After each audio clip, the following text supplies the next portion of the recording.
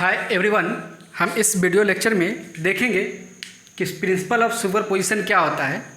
अगर हमें किसी भी बॉडी में नेट डिफॉर्मेशन निकालना है कि टोटल डिफॉर्मेशन कितना हुआ और उस बॉडी पे बहुत सारे लोड लग रहे हैं, जैसे सपोज कीजिए कि ये कोई बॉडी है, इसके बहुत सारे सेक्शन हैं ए बी सी डी, सारे सेक्शन पे इस पे और इस पे अलग अलग लेंथ लग रहा है, ये फोर्स लग रहा है, लोड लग रहा है और इस सब का लेंथ दिया हुआ है। मानिए L1 L2 L3 लेंथ है सारे सेक्शन का।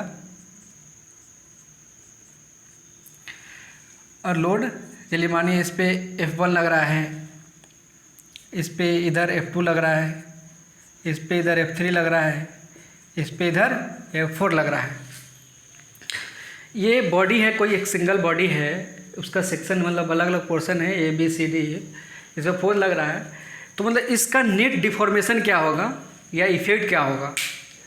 तो ये सुपरपोजिशन प्रिंसिपल ऑफ सुपरपोजिशन इसके बारे में ये कहता है कि अगर किसी भी बॉडी पे, ये कोई बॉडी है, इस पे नंबर ऑफ फोर्सेस अलग अलग सेगमेंट में एक्ट कर रहा है, नंबर ऑफ फोर्सेस अलग अलग सेगमेंट में एक्ट कर रहा है, तो net effect on the body, जो net effect on the body होगा वो sum of effects produced by individual forces on their respective segments.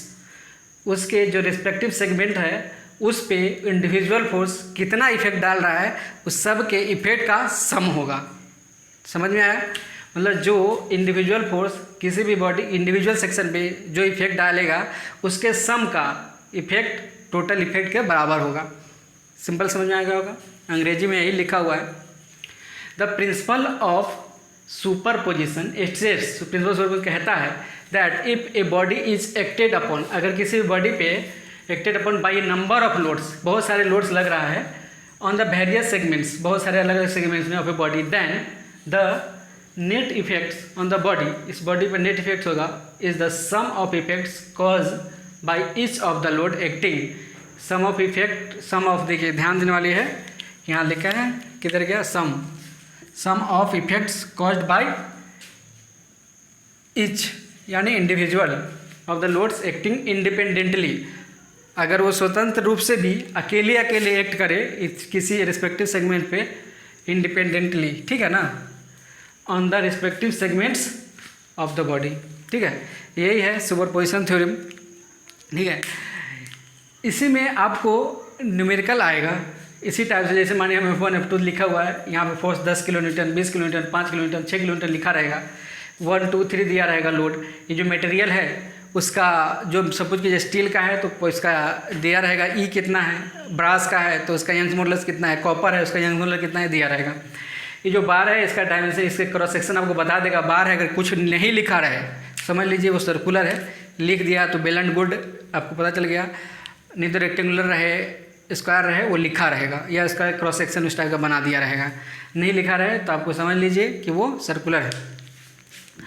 तो इसमें कैसे होगा, इसका मतलब जो मतलब है, ये बॉडी है, इसका मतलब हम बताते हैं। जैसे मानिए कि इस बॉडी पे, चलिए हम मान लेते हैं 1 2 3 3 बॉडी है, 3 सेक्शन है, सॉरी, तीनों पे इंडिपेंडेंटली। जैसे मानिए कि 1 का हमें फ्री बॉडी डायग्राम बना के चेक करेंगे। अगर फ्री बॉडी डायग्राम बनाते हैं 1 का, फ्री बॉडी डायग्राम कैसे बनाते हैं, फ्री बॉडी डायग्राम क्या डिफाइन है, free body diagram is defined, इसको ऐसे डिफाइन कर सकते हैं कि कोई भी वैसा डायग्राम जिसको अगर किसी सेक्शन से हम सेपरेट करते हैं तो उस पर जितने टाइप का फोर्स लग रहे हैं उसको हम दिखाते हैं किसी भी बॉडी पे, तो उसको बोलते हैं फ्री बॉडी डायग्राम।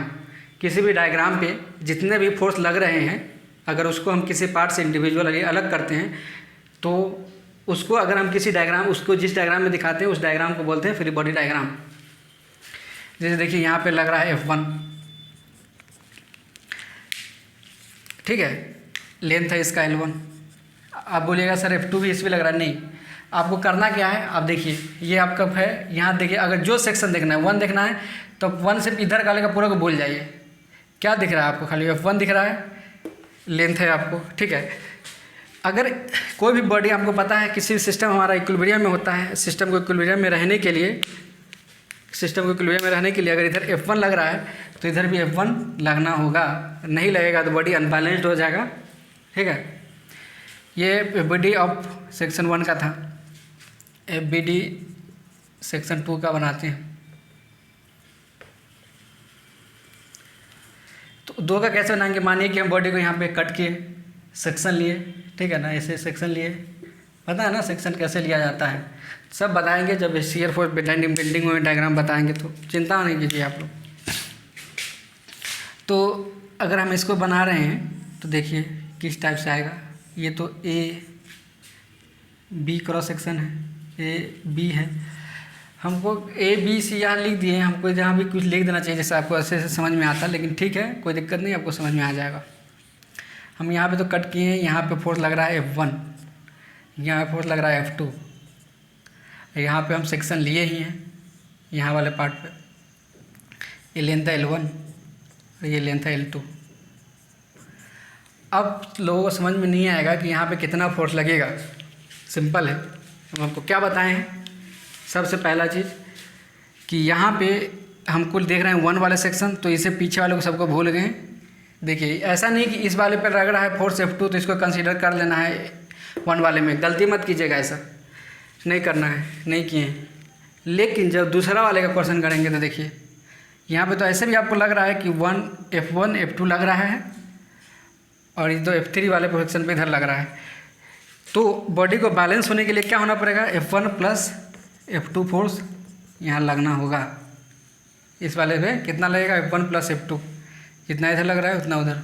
समझ में आ रहा है फ्रेंड्स? ठीक है, चलिए हमारे पास जगह यहाँ नहीं है इसलिए हम यहाँ पे इसका बनाते हैं FBD ऑफ 3,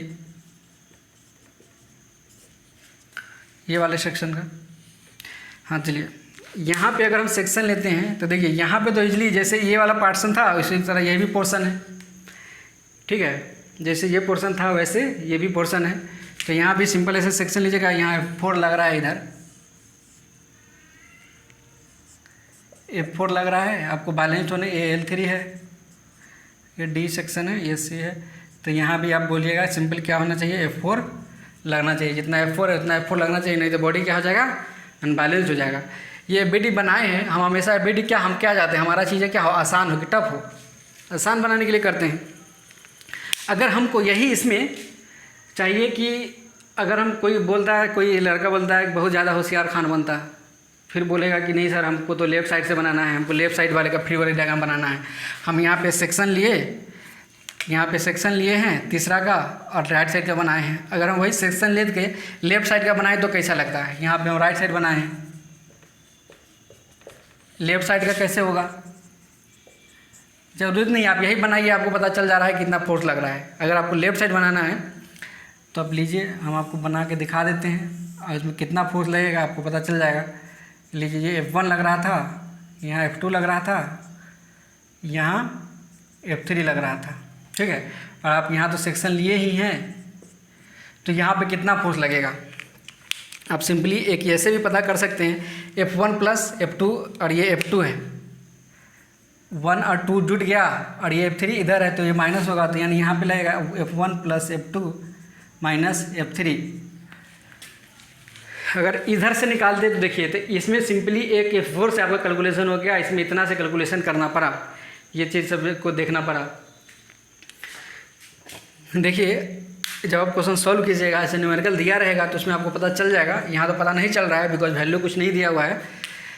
जब ये F4 का वैल्यू है और ये वैल्यू दोनों बराबर होगा, ये जो दोनों वैल्यू है F4 और F3 ये इतना, ये F1 प्लस F2 का बराबर होगा, बॉडी बैलेंस रहेगा हमेशा। तभी हमेशा बैलेंस का ही हम बनाते हैं, इक्विलिब्रियम बॉडी का ही बनाते हैं। ठीक है ना, इक्विलिब्रियम में ही सिस्टम है। ठीक है, उसी को हम लोग डील कर रहे हैं। तो यहाँ से आपको समझ में आ गया होगा फ्रेंड्स कि कैसे कैसे क्या हुआ। ये L1 था, L2 था, ये L3 है। ठीक है, आपको पता है इतना। तो यहाँ से इतना आपको सुपरपोजिशन थ्योरम के बारे में समझ में आ गया होगा। ठीक है, एक दूसरा चीज़ है सुपरपोजिशन थ्योरम में ही, ये जो सुपरपोजिशन थ्योरम क्या सबके लिए वैलिड रहेगा क्या? इसका जो लिमिटेशन होगा, ऐसा नहीं ना कि हम सारे बॉडी पे चिपका दिए, ये ओनली वैसा ये वैलिड, इसका नोट में करके लिख लीजिए, नोट करके लिख लीजिए, नोट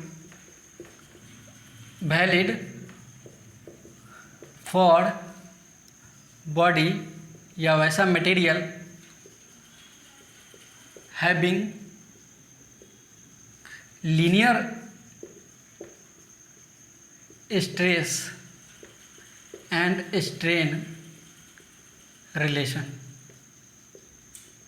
सिर्फ वैसा बॉडी के लिए वैलिड है जिसका लीनियर स्ट्रेस और स्ट्रेन रिलेशन होता है, ठीक है। Linear stress and stress relation कहने का मतलब क्या?